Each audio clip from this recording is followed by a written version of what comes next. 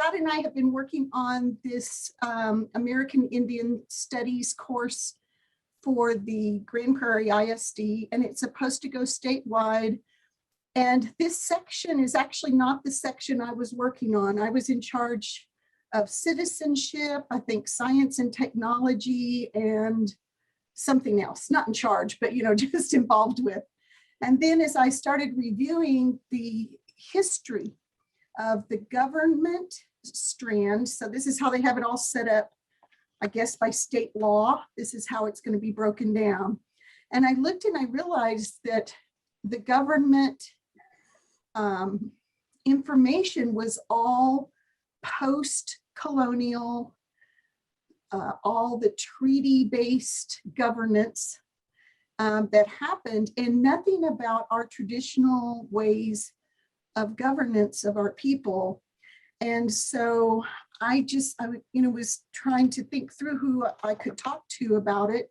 And I know you're a Mekko, and you have a long history with your tribe and your people. And I just felt like if I could speak to someone and look at it not from the constitutions of the tribes, but look at it from how we put our spiritual side together with taking care of our people. So I was just hoping if you wouldn't mind kind of sharing what you know, from your, not only your travels, but, personally, if you could help me with this. Mm-hmm. Is that a good description, Scott, or not? Yeah, and I would just composing, but they call them strands.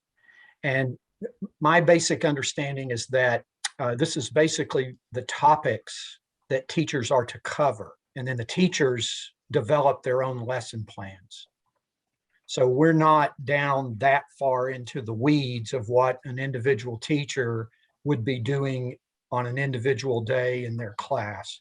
Instead, this is kind of the framework that they're to work within. Mm-hmm. And this is for high school? 11th and 12th, yeah, 11th and 12th grade.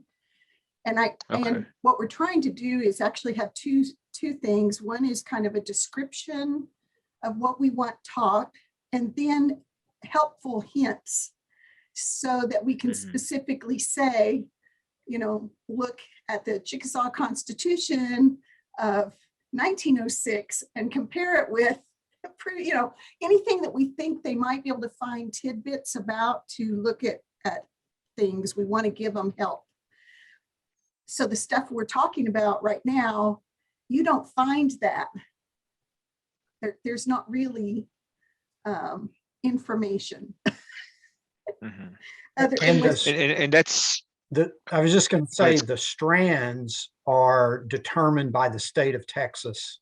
Yeah, we don't have any choice on those. Yeah, so that those areas we have to cover, and government is one of them. But then we get to decide what are the major points within that strand that should be covered by the teacher. That this is just, like you said, not too much into the roots of what's going to be taught, but the fact and reality is that if it's not at this peripheral level, it's not going to be taught at all. There's no chance. Right. So, that's kind of what brings me to my willingness to be able to share just a little bit. I don't know how the consultation process is documented with your curriculum as you're putting it together, but I think it would be important to notate the conversations in some capacity, what we're having now, because this is important that it's not Dr. So-and-so at Arizona State or Washington State University. This is actual traditional practitioners like you shared, is that these are components of, and in this context, probably terminology such as worldview. I use cosmology that we still possess, but is not found in written documents. It's not found in courses. Because even what you just shared, Annette, about pre-colonial, is that there's executives, there are students, there are professors that can't even grasp those terms yet. And so this is what we're hoping to introduce into those junior and senior high school students, from the get-go, so that they know that there's a difference. So I think that's the biggest thing. What I would hopefully encourage you to include in there would be at least notating that terminology, colonial governance. I use the terminology pre-contact, and partly because I'm not a teacher. I guess by trade, I work for the church, so that's kind of the terminology I'm used to. But I think it's helpful to start there, and then even helpful to pinpoint a lot to the Indian Reorganization Act. I think, Scott, you might help me. Is that 1920 something around there? I could be off by 20 years, but it was. It's been a while since I talked. Yeah, 1934, I think. 34. And so that's where you see a lot of that governance established that you see today. When you see people talking about tribal sovereignty, when you see people talking about nation to nation conversations, consultations, that's really the starting point, because a lot of these governments, especially here for those tribal communities in Oklahoma, were based on that definition, which were actually many, just for lack of explanation, many versions of the US government. The similar executive branch, judicial branch, that kind of thing, is that you saw tribes kind of moving in that direction. As you have now pinpointed, is that that's not what we would consider our, I guess we would almost have to coin a terminology, our indigenous forms of governance, because it would have been embodied in our context of, for us as a Muscogee people, in the ceremonial ground, that we had those forms of how do we handle hunger, how do we handle, and in fact, we didn't even have concepts of poverty, because we had a communal understanding of well-being that was filtered out of, and we can use terms like chieftainship, and for us in the language, we would say Mekko, because it's not just one position, it would have been a council that would understand the needs of the community and would hear that. And even that would go into distribution of crops, that would go into, distribution of, and it's hard because we do have to use some terminology that I'm not comfortable with, but of so-called items of wealth, of, the needs of the community, is that you would see that equal distribution of that. Very different than what we would, how we would view a president or a king. I think that's the difficult nature that we have, is that people have historically translated that terminology of Mekko as a king, but that's not, that's two opposite mindsets. Is that one is that we view this position as one who thinks of themselves last before everyone else, one who ensures that the well-being of a people and a community is taken care of first and foremost, before their own. And so that's an opposite mindset of US government, Western government, everything that we've been indoctrinated in terms of the political world.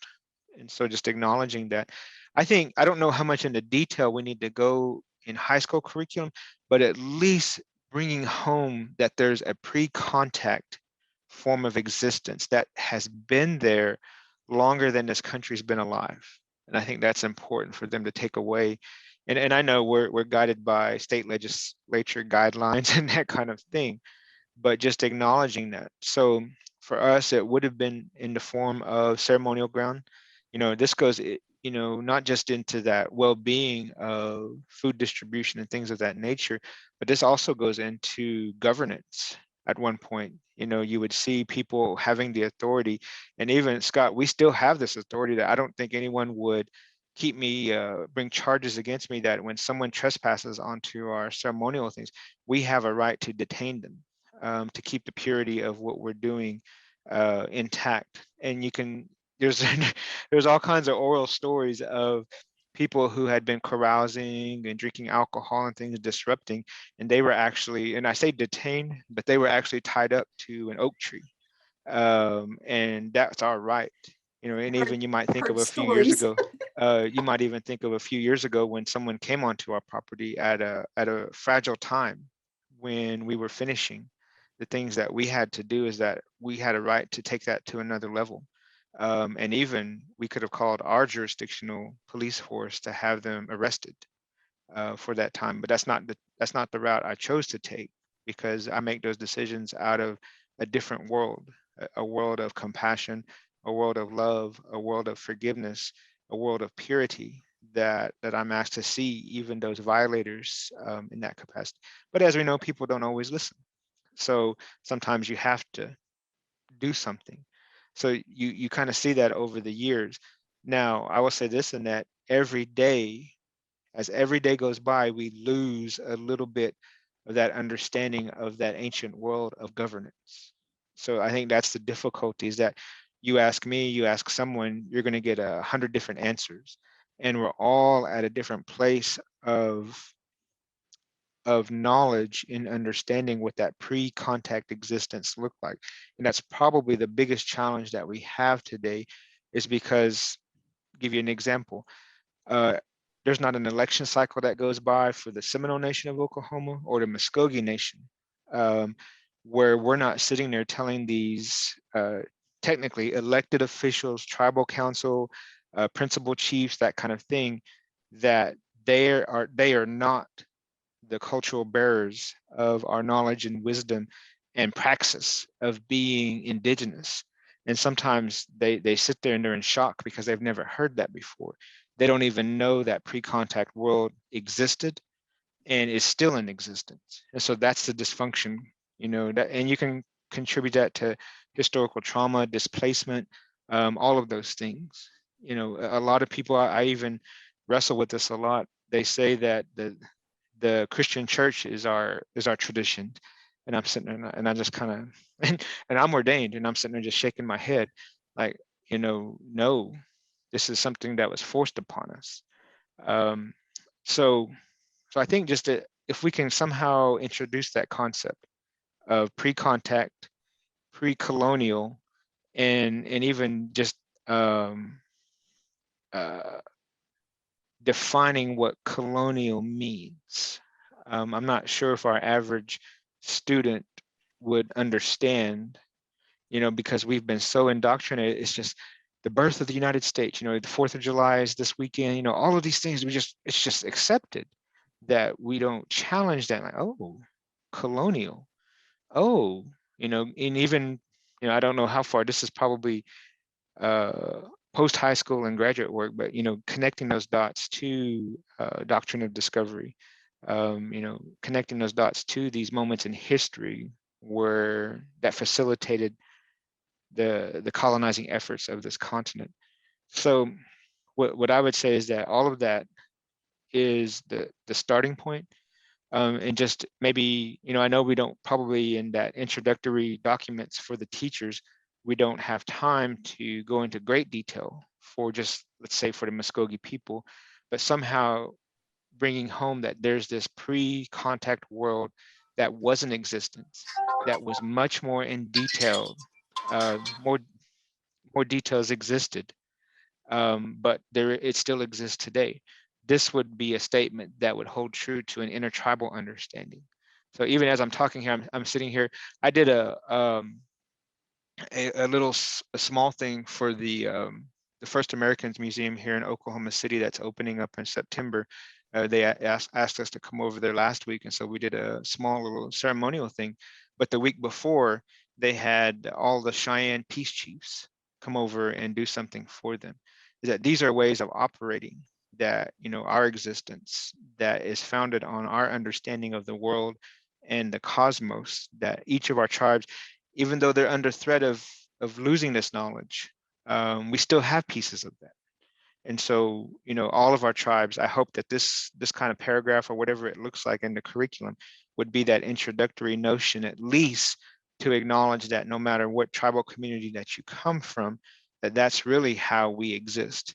And that intertwining of, like you said, spirituality, that intertwining of, and really for me, the biggest thing is a community, a communal understanding of existence that is very much opposite of what we've been taught here in the US of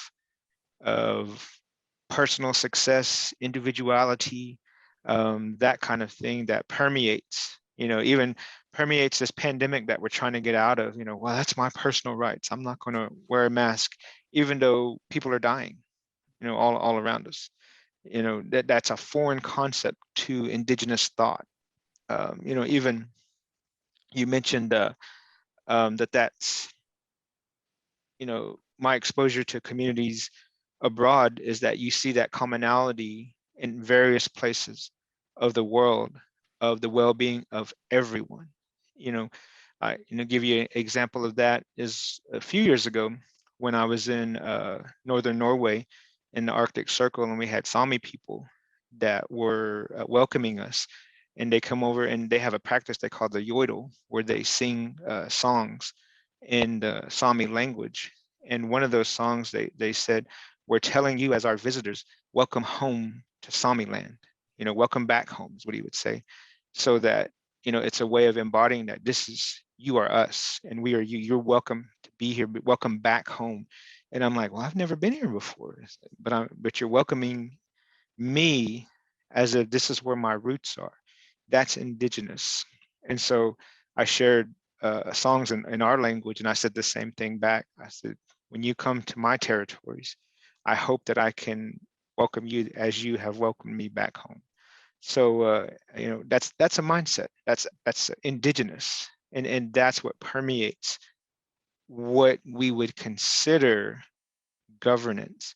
And it's very difficult today to teach that, because it's polar opposite of how we consider government today.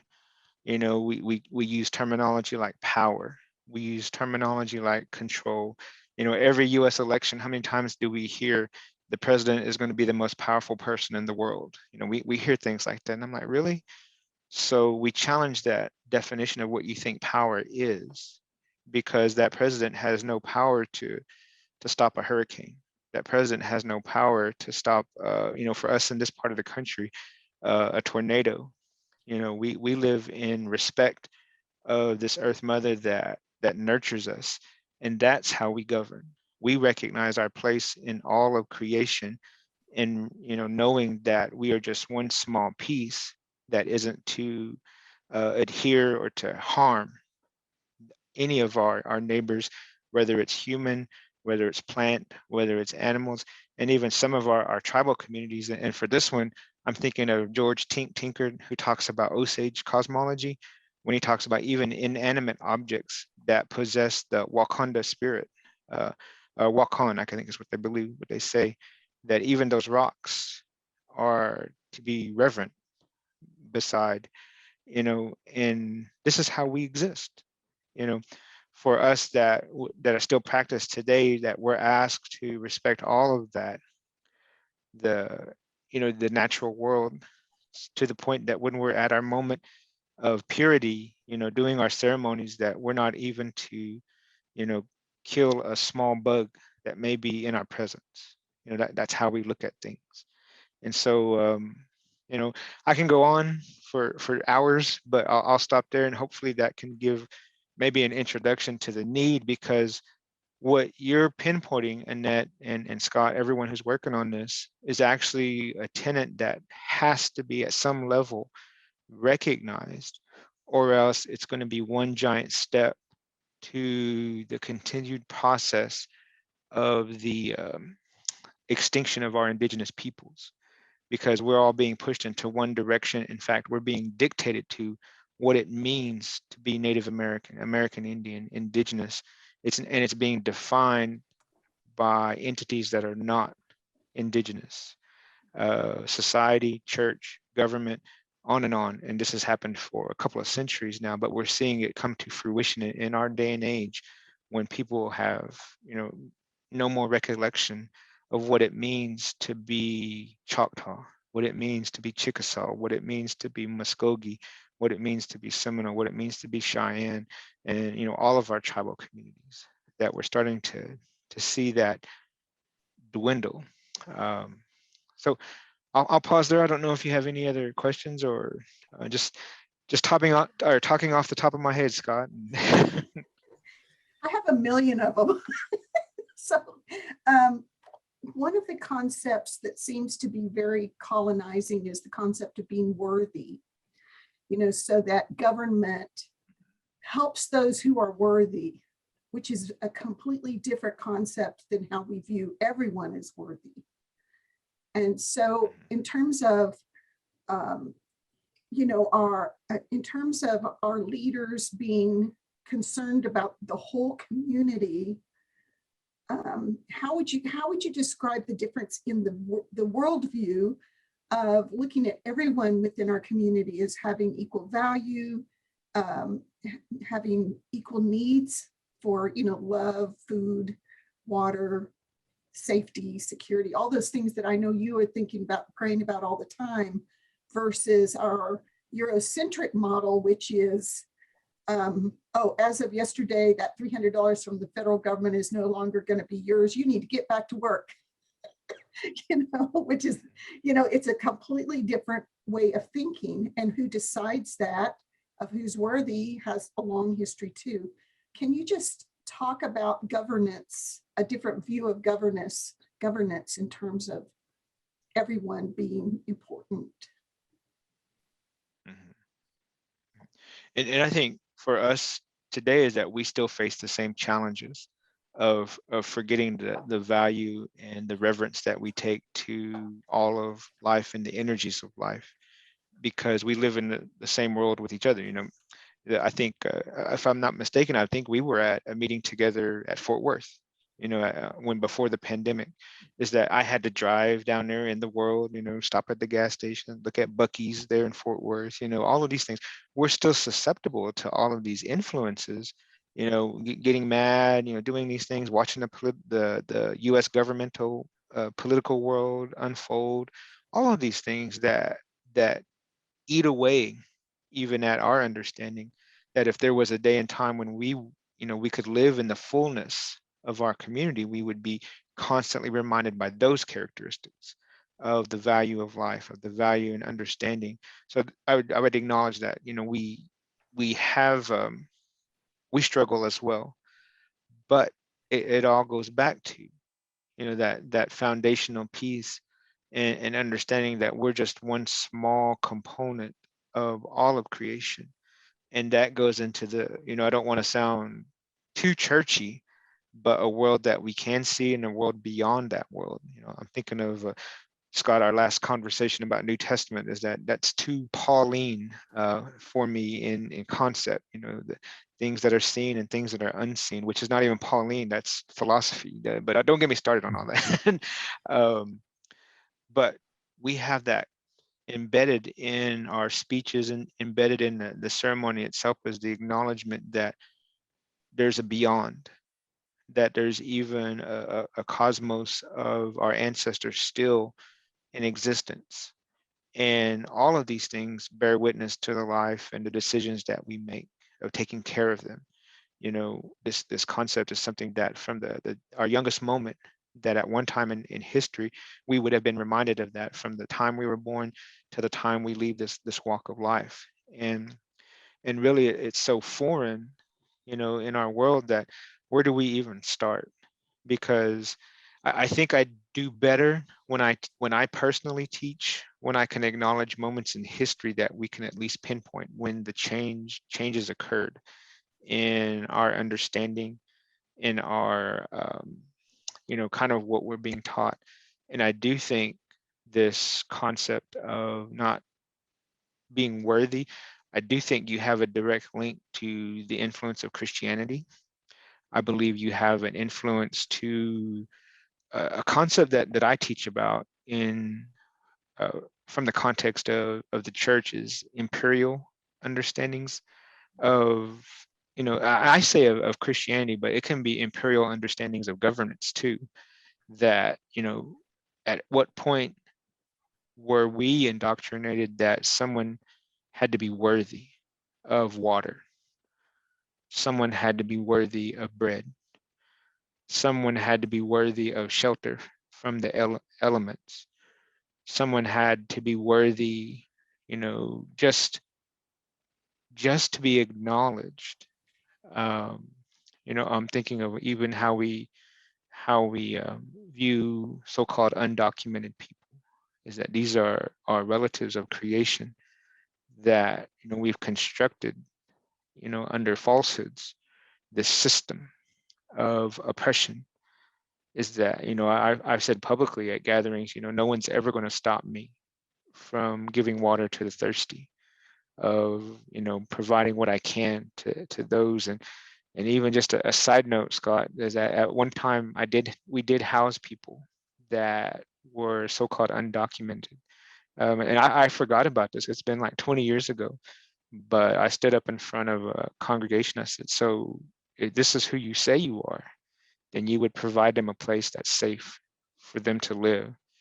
And my home church actually approved that because of a 23-year-old Chebon Kernell opening his mouth. It's very clear to me, how we're supposed to exist. So I think, it's a struggle to stay focused on our existence as Indigenous peoples. But the best way that we can do that is through the life that we live. And that's why, we try to do that in the ceremonial structure, in the life that we have. And for us, though, it's only, the hard part is it's only a few days out of a year that we can really absorb ourselves, surround ourselves, immerse ourselves in that. And we try to do it as much as we can. That's why partly, Scott, why we visit our other communities that are having a ceremony. That's why we go around, during certain times and be with each other, so that we can get into that mindset of how we're supposed to exist. And that's still, pieces of it is still in place today. Like when Scott and I last saw each other, we were at not our particular ceremonial ground, but we were at a different one where we were just fellowshipping together. So I think I would pinpoint that error when we contacted a different faith, because I do think Christianity is so indoctrinated with rewards and punishments, and those rewards are often paralleled with obedience, that today I challenge our traditional people to try to keep out those kind of influences and go back to our understanding of how did we see the world. But in some circumstances, it's very difficult. And in some circumstances, we can't differentiate the two. And, I've been in many chapters of a Native American church, which is peyoteism, and you'll see a Christology and a theology that is very, very what we would call conservative in the church. And, that's the foundation of the prayers that are being said, and understanding of wellness and salvation. And it itself is a different practice. It's a traditional practice. So we're kind of in that melee of sorting things out. But I would at least acknowledge that we've been influenced probably more than we'll ever know by the development of this country and the development of, or the furthering of the church and their understandings of, what I would say is imperial. So I know I'm getting off track a little bit, but I want to make sure I answer, your question as best as I can. I have a friend who had gifted me an audio tape telling the story of her aunt's, the closing of her aunt's ceremonial ground due to Christianity. This was back in the day in Oklahoma. The original number of ceremonial grounds that your tribe brought, on the Trail of Tears, your fires that were brought, how many of those have still survived and, made it through to this day? And how many of the fires were extinguished as a result of Christianity? And what they tell me is that in our old country, which would be the southeastern part of the United States, is that we would have had over 50 actual working, functioning ceremonial square grounds, is what historically what we would say. Now, those were pieces of the actual ceremonial cycle in whatever capacity that would have originated in mound building communities, mound building structures that we brought down from there as displacement took place. So just depending on what snapshot of time in history, that this was a process of displacement, evolution, and that's what birthed what we would call our ceremonial grounds. So what we're told is that all of these grounds in some form were removed here. Now I'm trying to think, one of my elders who is actually not doing very well, and it's actually Ruben's uncle, Scott, is James Proctor. He's given speeches on this about how many towns are, and the term he does use is 50, over 50 that were removed here to Oklahoma. Now, I'll have to express this because, even in our cosmology, I have to respond to your questions, so that we tend to try not to count. We don't ever say, I only have 10 members that came into ceremony. I only had 20, because that's against our way of existing, because it takes away from the life that is there. In fact, it takes your direction into what is not, an illusion of life. So we don't ever count. So Scott, on a day when we're Arbor Dance or something like that, you'll never say, well, we only had 9 people there. We only had 2 people there. Is that you'll hear me say, well, I'm real happy with everybody that's here, because each one of them has an energy. Each one of them has something they gave and contributed by being there. That too carries over into our ceremonial grounds. So that, I think the number that we usually talk about when we're talking in public is usually around 14. But anything can change that. We can have a death in a community. We could have something that happens where a community is not actually functioning in a given year. And it just depends on their rules, on how they're doing things. Some people take even up to 4 years off at different times, according to how they function. So usually we say around 14, but that is not including Cherokee Nation ceremonial grounds, Yuchi ceremonial grounds. We kind of consider, we have folks down in Caddo country who dance. We do have other tribes, Delaware, Seneca, Cayuga, different ones that Shawnee people that all dance at different times. And so we don't include that number in there. So you can easily see that in today's day and age, you probably have over 20 ceremonial grounds that are existent. We have one that was functioning in Cherokee, North Carolina, but I only get pieces of details. I don't know, yeah, Scott, yeah, if you know. Nobody needs to know that. Yeah. But we know that they dance. The folks around, I believe his name was Walter Calhoun, or last name was Calhoun for sure. But these are the people that we're doing what we can to keep things moving. And so I know the pandemic last year hindered a lot, because some chose not to dance, some chose not to come together, and I myself chose to go ahead and do it, because I felt like we would be more susceptible to sickness and hurt if we didn't use our medicinal practices and things of that nature. And I believe that we were right in doing so. Our major sicknesses came in the winter months, when in our cosmology, we already believe that we're susceptible to dying in those short days when darkness is longest, when lightness is shortest, that we already are susceptible to the elements of this earth. And so that's when we saw the most deaths among our community. And obviously, there's also practical things. People let their guard down on Thanksgiving and Christmas holidays, and the pandemic spread. And so we saw a lot of our elders that we lost. So, but we also were not taking our medicinal practices during that time. And so this is something we only do during this time of year. So, but it's just that understanding. So I think I answered your question about numbers. Yeah. And I think you got to what was more behind my heart, which was that with the removal, it affected how, if everyone had been able to stay where they originally were, life would look very different than how it looks now. And what can this course do?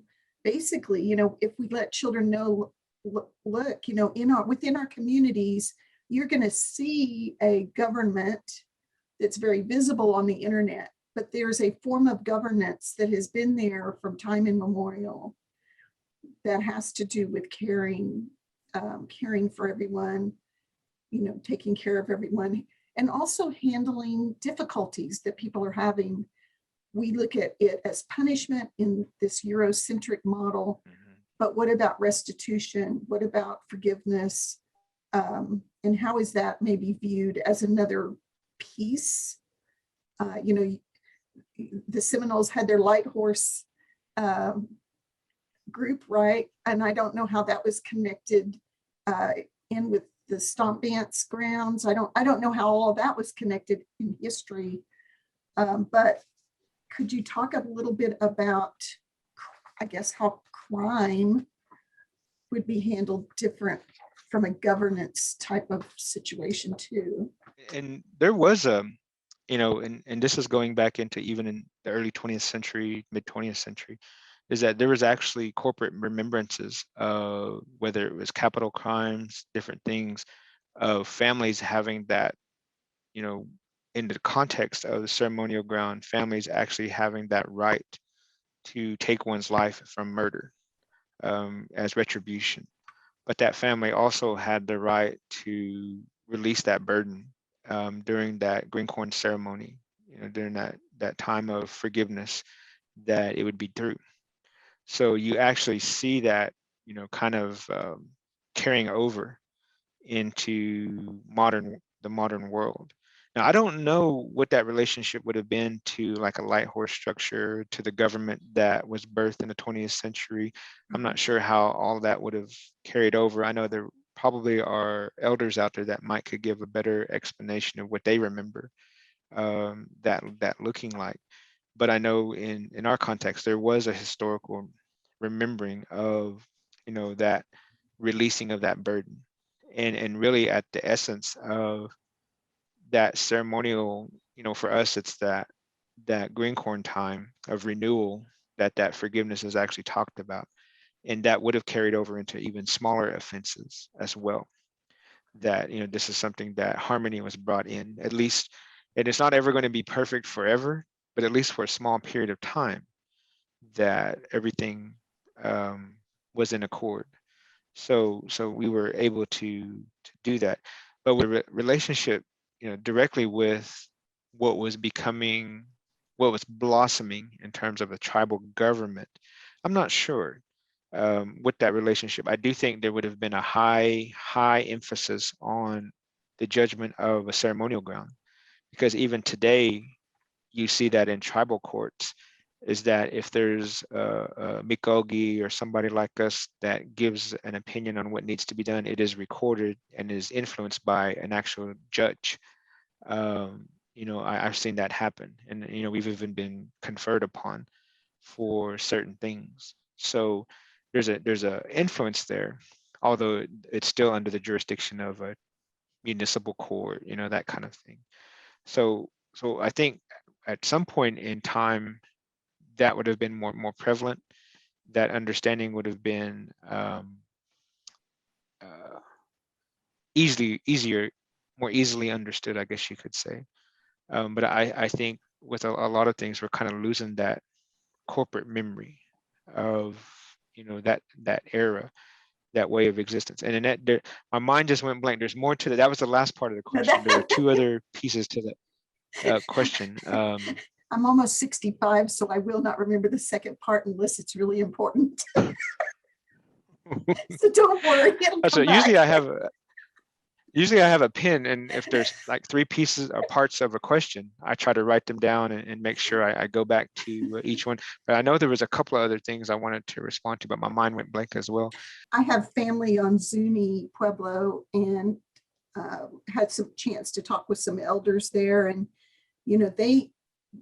they have a similar situation where they have their government that's on paper for the BIA, and then they have their ceremonial clans and their the work that they do, but they they have almost this equal power, that they meet together, they decide together. And I would say that their ceremonial elders have more power than their BIA government on some things, especially those things that take place on the Pueblo.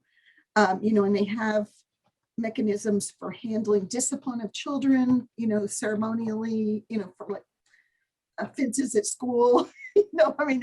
It's very, they've been able to keep a lot because of the confines of the Pueblo. But I think the thing that, was so different for me growing up in Oklahoma is just the idea of how intact those ceremonial actions and view are on a daily basis. Like every day there are reminders, whereas growing up in Oklahoma, there were times, you'd get kind of inundated by the real world, but then there were times in which you were able to kind of embrace who you were, and I think that it just always felt like such a difference to me. And maybe why we're struggling so hard with this course, because most of the people in the course weren't raised in Indian country, first of all. And even if they have a, CDIB or tribal enrollment, they didn't actually live where they were and then came to Dallas. They've always lived in this urban area. And so I think that's why the struggle, I think that's why nobody's actually seen it. Is it not even a struggle until you see it. So do you have a word that you like that describes the ceremonial grounds, the governance from a spiritual way versus what you call your government?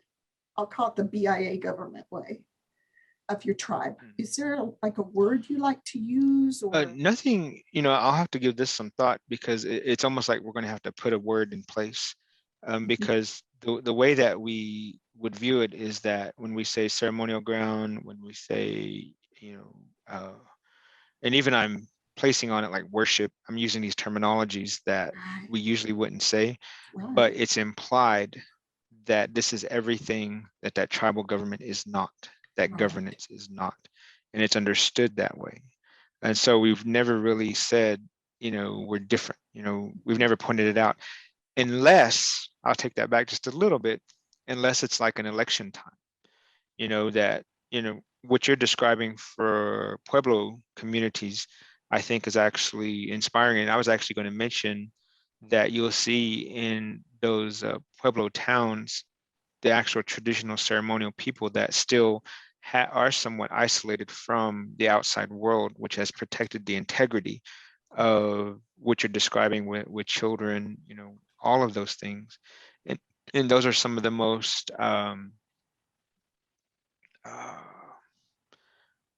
that's where you're going to see some of the most richest pre-contact cosmology, pre-colonial cosmology still in place.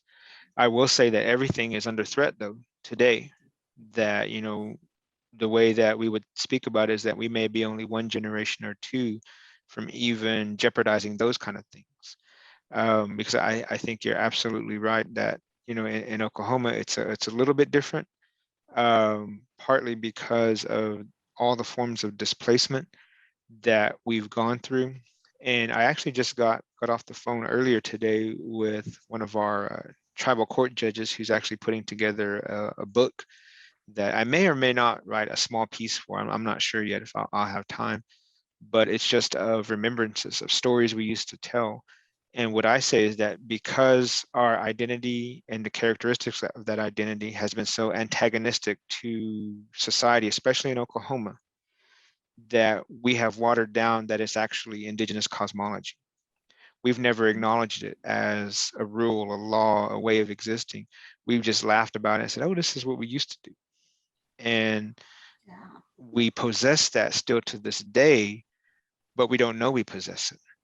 And so he was just wanting to put together a document of just stories And that's what I shared with them, is that it's in those stories that we actually have the teaching. We actually have, you may not have a medicine man sitting down with a child or somebody saying, this is what it means to do this or that, but it's still the teaching there. And even the response that we give to a certain situation, that's it. That's kind of how we do things.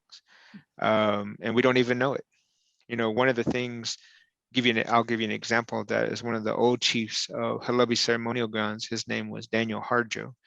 And it was a rule that the ground would never take their dances outside of the actual practice of ceremony. We wouldn't go do exhibitions. In fact, I don't even use that terminology, exhibition, even though I do things for people. I teach.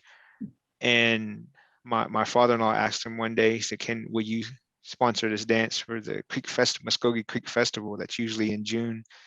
And he said, no. He said, we don't do that. He said, but if you want to, you can go ahead and go help them dance, or you can help them do something to teach them. Is that he still said no, but he allowed, he said it's okay to go and do something. But as a ceremonial ground, he chose not to. We still kind of have those things, that a way of articulating a cosmology, that we just didn't go up and say, no, you're wrong for doing that, point a finger at them and chastise people that you would see in common society. But it was a no that invited, the person to remain a whole part of the community, a person to still stay in connection, to a person to not be hurt, that, for their desire. And I think that's something that's very rare, that, we don't go around and say, this is how you talk. We just talk. And I'm not trying to put myself above anybody, but that is what I've heard time and time again over the past 2 decades of my life. People say that's how I communicate. And even, Scott, that may even be why I'm in the position that I'm in my professional career, is because I'm able to do that at a professional level too. When I'm talking to the denomination's council of bishops, when I'm talking to whoever it may be, whether it's the wing commander of an Air Force base about our ancestors' remains, that it still comes out this way, that it invites people, even through disagreement, it invites them to change for the better. That's what's embedded in our language. That's who we are. That's our governance, is being able to do that. My one last thought is, so I'm thinking about consensus, like a view of people's voices. I guess that's what I'm trying to say. Is there a word that you use for everyone having an important voice in decision making? I was trying to think of some way to describe the difference between our view of that versus representation by election, kind of like they're talking about, redistricting in Texas, and, that somehow that's going to represent people of color better, but you and I know that's just not how we would view it. My father always said that there was always, that everybody's voice needs to be heard, and that when you're working together as a group, that it takes a long time, because you need to hear everybody, and you need to weigh all of those thoughts, and that's different than how government is really handled I think the only thing I can kind of say to respond, is just understanding the wholeness of a community, what it means. I don't think we can really grasp that concept in the society we live in as a whole, but we do have tenets of that in that Southeastern understanding of the world. We still have that today. And I think you just kind of mentioned something, and this is something that I had in mind too, is that when we talk about cosmologies, we kind of have to, as much as we can, try to differentiate, and for me, it's to abandon what varying cosmology would possess. We're in a world that constantly tells us now, ultimate truth, find, do this, and there's no ends, there's no answer to those pursuits. And this world can't fathom that. They can't come to terms with that. And even this blind concept of time is something that is foreign to us. And so if you're talking about our cosmology, our governance, is that when we have that moment, we're going to sit there and we're going to talk, we're going to listen. And that may be for, who knows, there's not a pre-scripted amount of time that, we have a court case from 9 to 9:30, we'll hear the evidence, we'll hear each side. It's not how it works. Is that we sit there and we think about things. Ceremonial structures last, activities last all throughout the night. These things will take place. It's embedded in our language. How many of our tribal communities all across the country, when we depart each other, we don't say bye as a finite end. We say, depending on Anishinaabe people, Southeastern peoples, we all say, we'll see you again, meaning we're going to pick up where we left off in whatever capacity. And that can be in this walk of life or in the next walk of life, is that we'll start that again.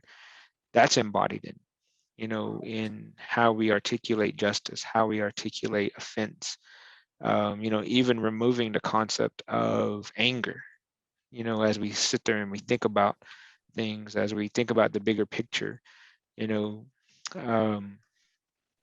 so I think that's something that we don't often talk about, but it's still a part of that. Just as much as we can, removing ourselves from that way of existing, and in that will be embedded, well, you sat here with me throughout the night talking with me. You'll see that acceptance of everyone, of everything. And even that's probably our challenge today, is that what I often use is that we can't even make it that thought process, that conversation is not even just a human understanding, but we're a part of all of creation. I've been a part of a lot of climate justice conversations where we've taken on the characteristics of the colonizer, and we exploit, we use, we harm the very thing that nurtures us, the very thing that nurses us, and we're harming it. And so we have to come back too. And I think that's what we try to just embody. Every time I give a speech, or we have a speech, we say this is all on behalf, all of this that we have and the things that we do is because of something else, whether it's ancestors that brought it to us, whether it's an understanding of the creator entity that brought it for us, allowed us to be here, but it's always because of something. So that sense of humbleness and respect for diversity is what embodies that. So that when someone comes up, even when I describe that person disrupting the actual ceremony, that I didn't call the police.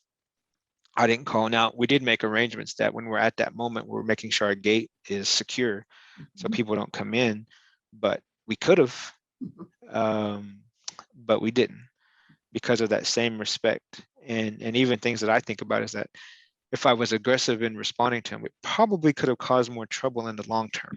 They would, come back again, or others, and that's not what we want. So there's different ways of looking at that. So that's kind of what I would say, is that just through the patience that we possess, we sit there and we absorb, what needs to be absorbed.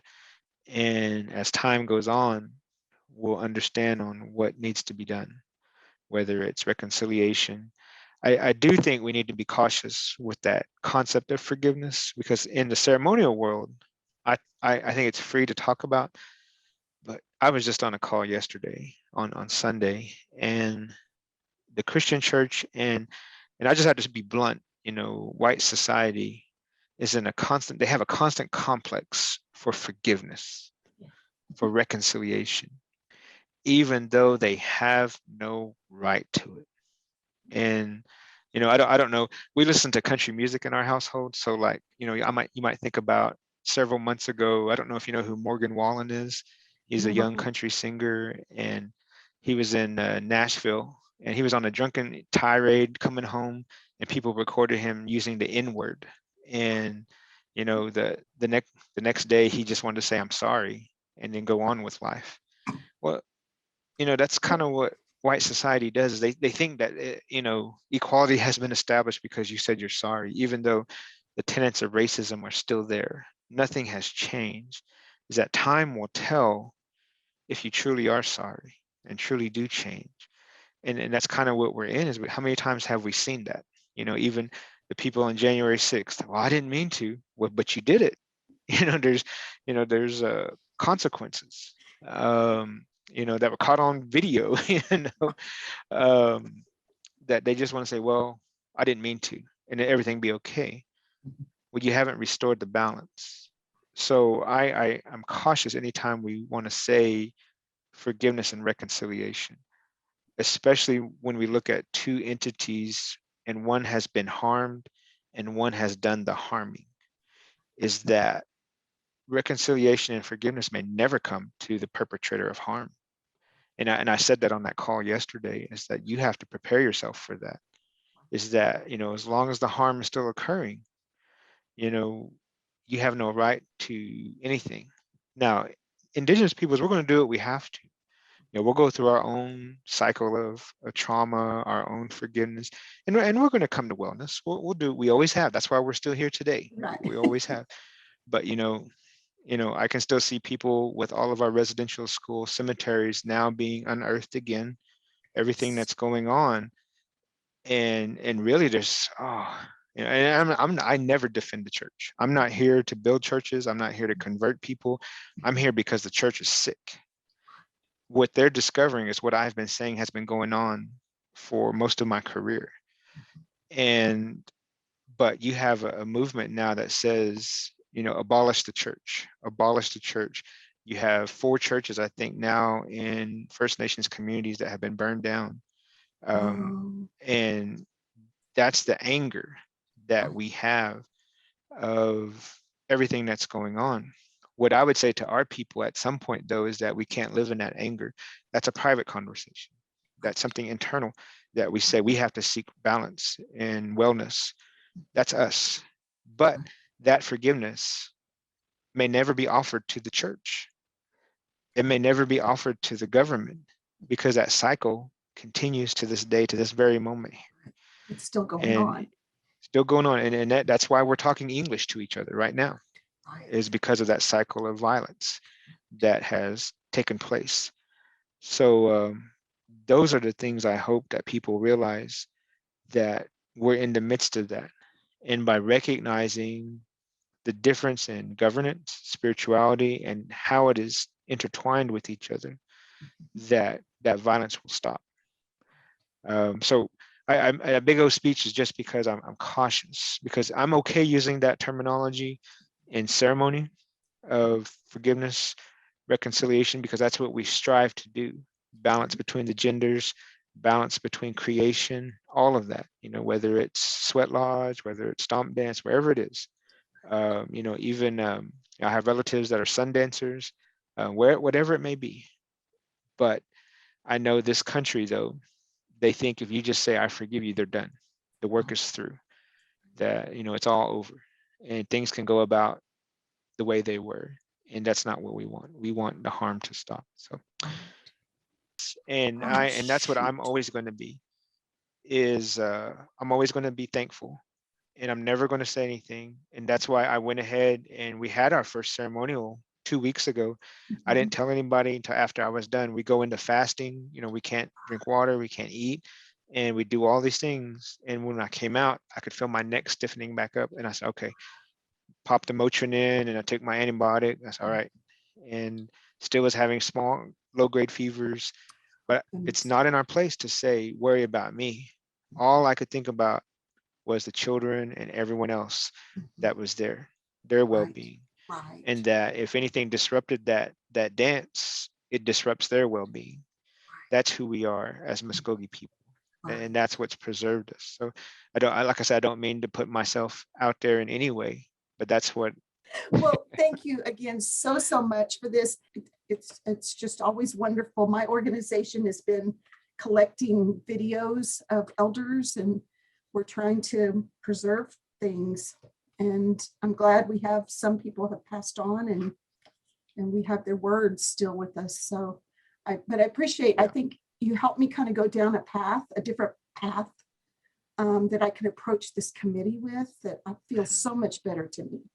So much better. So when I play with the wording, these words, we need to make up this word. That's if you could pray about that, like, what is the word for this? And I think we're in a whole new era where we're doing that quite a bit. Right. Even I was just talking with my wife yesterday, and I know we have colloquialisms, like white-splaining, mansplaining, that kind of thing. Right. But we have to coin terminology that we can use. Yes. That we can, that person to person, no matter what region they're in, they can use. And I was saying, what is that word? There's got to be an academic word that, that is the equivalent of white-splaining. Yes. Reinterpreting, of changing the truth, and we were kind of picking our brains about that a little bit, but that's the era we're in. We're in a moment now where we have to start coining these things, and I think this is another piece of that, what you're doing for the school district there. So the good thing is that we're in a moment now that we haven't been in this part of history. So it's actually a good thing, but it's up to us now to figure out what that can be, what that wording, what that terminology can be. So. Well, thank you so much, and I will keep your family and everyone in my prayers too. And Well, thank you, Annette. I appreciate it.